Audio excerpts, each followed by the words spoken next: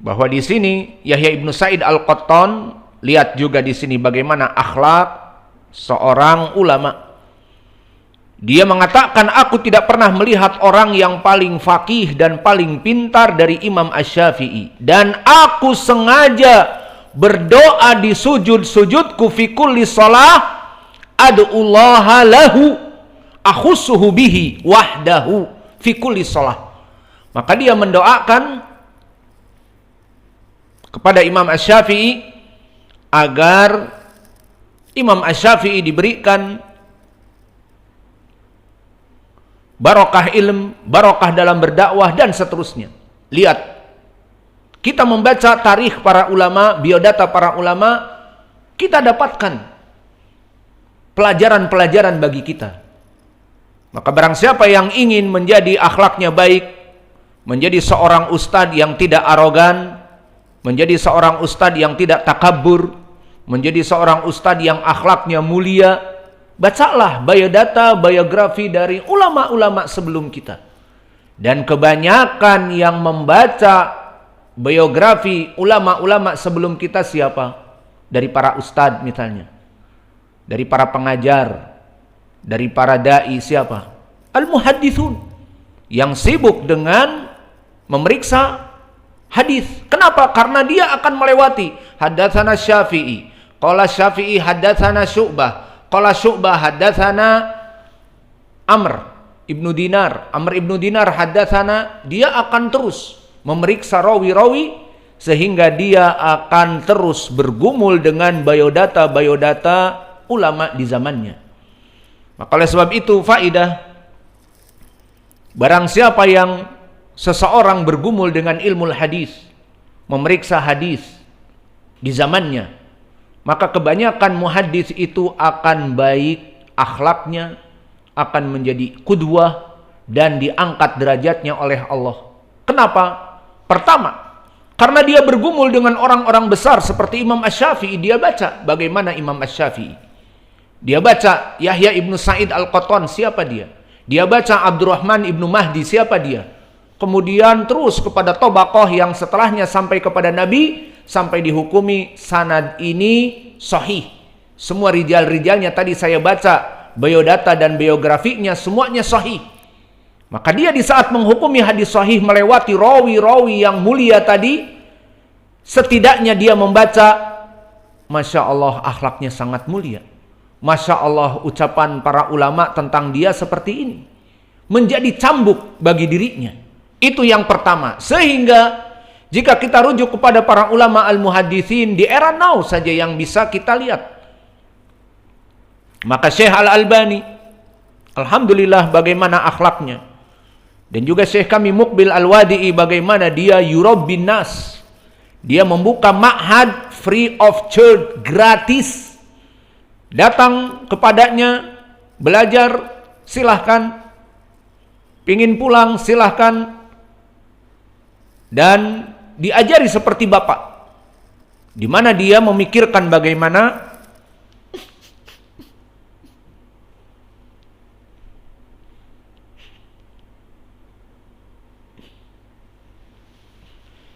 dia bagaikan seorang ayah.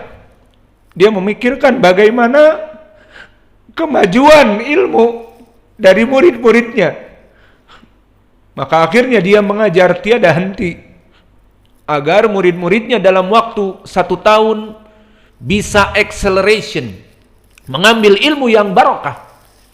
Karena dia mengetahui datang dari berbagai tempat, dari negara luar, dari dalam Yaman, dan mereka hanya membutuhkan waktu yang sempit. Maka akhirnya Syekh Muqbil mengajar tanpa batas waktu, unlimited. Dia mengajar bahkan di waktu-waktu yang orang lain meliburkan diri. Dan libur di negeri Arab 3 bulan. Dari Ramadan sampai kepada Idul Kabir, Idul Adha sekarang ini akan dimulai pelajaran baru. Libur 3 bulan. Maka Syekh Muqbil tidak kenal libur.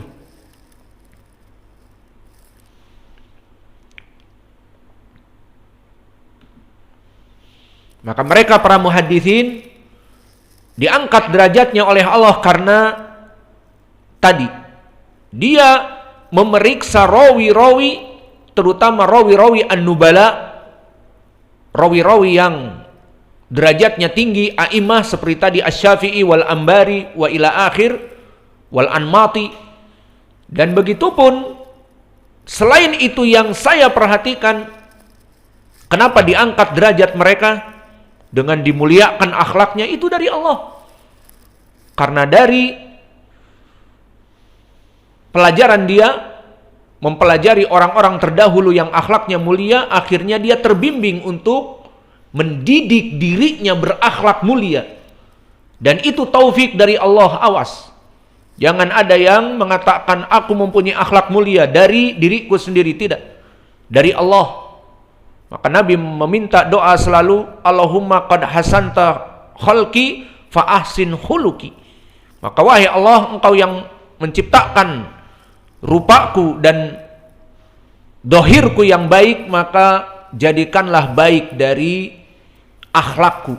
Maka akhlak yang baik nikmah yang besar jika Allah memberikan seseorang mempunyai akhlak yang baik. Akhlak yang baik itu adalah modal utama, dan disebutkan di hadis Abi Dzar, sakilun fil mizan, akan memberatkan mizan. Alhasil yang kami dapati, orang-orang dari muhaddisin diangkat derajatnya oleh Allah dan berakhlak mulia dan sifat-sifatnya sangat mulia. Kenapa? Tadi yang dia pelajari imam-imam yang sebelumnya yang telah sukses di dunia dengan akhlak yang mulia dan harum namanya. Imam Asy-Syafi'i, Imam Malik, Imam As-Sahabah, Anas ibnu Malik, Ibnu Abbas, Abu Hurairah, tidak lekang darinya. Selalu diulang-ulang di dalam pelajaran-pelajarannya, baik di Sahih Al-Bukhari, baik di dalam pemeriksaan hadis dia. Itu yang menyebabkan yang pertama. Yang kedua, dan ini yang kami pelajari juga, maksudnya kami research padanya, di saat seorang penulis kitab atau pengajar yang kembali kepada sanad, seperti di sini penulis mengagungkan Al-Ambari, mengagungkan Asy-Syafi'i, mengagungkan Al-Anmati, dan nanti akan ada sanad-sanad, dan begitu pun di pelajaran kita Sahih Al-Bukhari. Maka siapa Syu'bah, dan siapa Amr ibnu Murrah, dan siapa Az-Zuhri, disebut keutamaan-keutamaannya. Maka tidaklah seseorang menyebut keutamaan yang berhak untuk disebut kecuali dia kelak juga akan ditinggikan derajatnya, iya atau tidak. Di sini pengajar ini, penulis ini menyebutkan sanad-sanad di Sahih Al-Bukhari dan memuji orang-orang yang ada di sanad tersebut. Dan memang pantas, dia imam. Begitupun di sini. Siapa Syafi'i? Bukan kerabatnya. Siapa Al-Anmati? Tidak tahu. Jaraknya antara dia 1400 tahun. Namun karena kecintaan, tidak ada fi qalbihi ghillan lilladzina amanu, maka dia mengangkat derajat kaum muslimin yang berhak untuk diangkat dari para a'immah. Akhirnya Allah akan mengangkat derajat dia di dunia dan kelak di hari akhirat. Maka para muhaddisin dari mulai zaman dulu, dari Abi Hurairah meriwayatkan dari Nabi sampai murid Abi Hurairah, dari murid Abi Hurairah lagi sampai kepada Imam Al-Bukhari, Imam Al-Bukhari kepada muridnya, maka nama-nama mereka harum. Kenapa? Karena Imam Al-Bukhari mengharumkan nama-nama gurunya dan nama-nama guru-gurunya dan nama para sahabat dan nama para tabi'in dan itba'ut tabi'in, diagungkan di dalam kitabnya yang dia tulis. Dan juga para muhaddisun yang lain di dalam tahqiqnya, hadal hadis sahih. Kenapa? Fi sanadihi Al-Anmati, dan Al-Anmati tadi disebutkan ayat min ayatillah dari segi hafalannya. Si fulan demikian-demikian, dipuji. Maka orang ini, muhaddis ini memuji dari rawi-rawi yang memang berhak untuk dipuji, karena dia rawi yang siqah dan imam, dan dengannya sampai hadis kepada kita zaman now, maka dia akan diangkat derajatnya oleh Allah di dunia dan di hari akhirah. Maka lihat sekarang tidak ada yang mendengar Al-Albani kecuali dipuji. Tidak ada yang mendengar Muqbil Al-Wadi'i kecuali dipuji, kecuali musuh-musuh sunnah yang membenci pendapat-pendapat mereka dan celaan-celaan mereka, itu jelas karena ada permasalahan. Namun awam dan juga ahli sunnah akan memujinya, dan pemujian ini tidak hanya sampai pada kurun waktunya saja. Anak-anak kita kelak pun akan terus menyanjung yang namanya Imam Asy-Syafi'i, dan begitu pun Al-Wadi'i dan yang seterusnya. Maka keadaan mereka akan terpuji sampai hari kiamat kelak. Subhanallah. Maka inilah dari sanad yang kita pelajari sekarang. Maka hadis ini atau sanad dari athar ini sanad yang sahih. Maka kembali kepada tadi Imam Asy-Syafi'i, sudah adzan ya. Maka tadi Imam Asy-Syafi'i adalah Muhammad ibnu Idris Asy-Syafi'i imam, dan sanad ini semua rijalnya thiqat. Seperti tadi kami sebutkan sanad-sanadnya, maka hadis ini hadis yang sahih. Wal muadzin yuadzin, barakallahu fikum.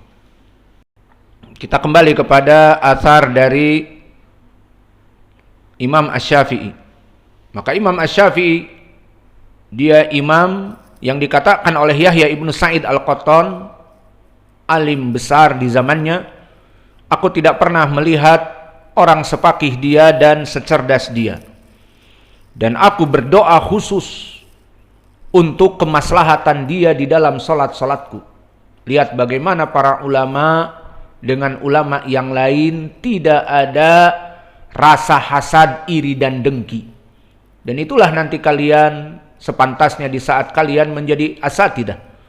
Maka kalian berdakwah misalnya di Bandung, maka di sekitar Bandung ada dai yang lain, maka undang ataupun saling berkunjung, dikunjungi dan diundang, memberikan daurah jika ada uang.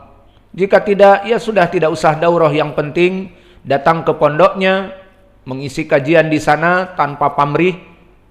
Maka itulah dari akhlak-akhlak yang mulia sesama asatidah ataupun sesama masyayikh. Dan begitu pun di sini disebutkan dulu Yahya ibnu Sa'id Al-Qattan mengetahui bagaimana Imam Asy-Syafi'i Allah memberkahi ilmunya. Maka dia melihat bahwa dirinya Imam Asy-Syafi'i itu bermanfaat bagi kaum muslimin. Maka akhirnya dia berdoa agar menjaga Asy-Syafi'i, agar menyehatkan Asy-Syafi'i, memberikan barokah ilmu kepada Asy-Syafi'i, likai Asy-Syafi'i yanfa lil ummah. Unduru ila hadhihi al-akhlaq at-thayyibah. Bagaimana akhlak dari seorang Yahya ibnu Sa'id Al-Qattan. Dia imam besar di zamannya, namun tidak ada iri dan dengki. Oh, Syafi'i kalau besar nanti aku akan redup cahayaku. Syafi'i makin terkenal, aku akan jatuh. Apakah berpikir seperti itu? Tidak. Justru dia mungkin, wallahu a'lam, Allah mengangkat derajat Yahya ibnu Sa'id Al-Qattan diantaranya dari apa yang dia perbuat kepada Imam Asy-Syafi'i. Karena di dalam hadis disebutkan, barang siapa yang berdoa kepada saudaranya, maka malaikat akan mendoakan, walahu kamitslih, maka bagi dia juga, wahai Allah. Maka inilah akhlak-akhlak yang mulia yang bisa kita ambil. Maka jika kalian ingin menjadi akhlak mulia, terutama kalian yang hidup dalam kehidupan berdakwah dan menjadi dai, maka kalian akan berkumpul dengan para dai-dai yang lain. Maka jadilah akhlak-akhlak yang mulia di antara sesama dai seperti ini. Dan ya ibadallah, jika seandainya para dai-dai kompak seperti ini, tidak ada tipe-tipe seperti Luqman Ba'abduh, tidak ada tipe seperti Al-Hajuri yang ingin menjegal semua masyayikh fil Yaman wa fil alam, huwa faqat number one. Dia adalah hanya nomor satu-satunya.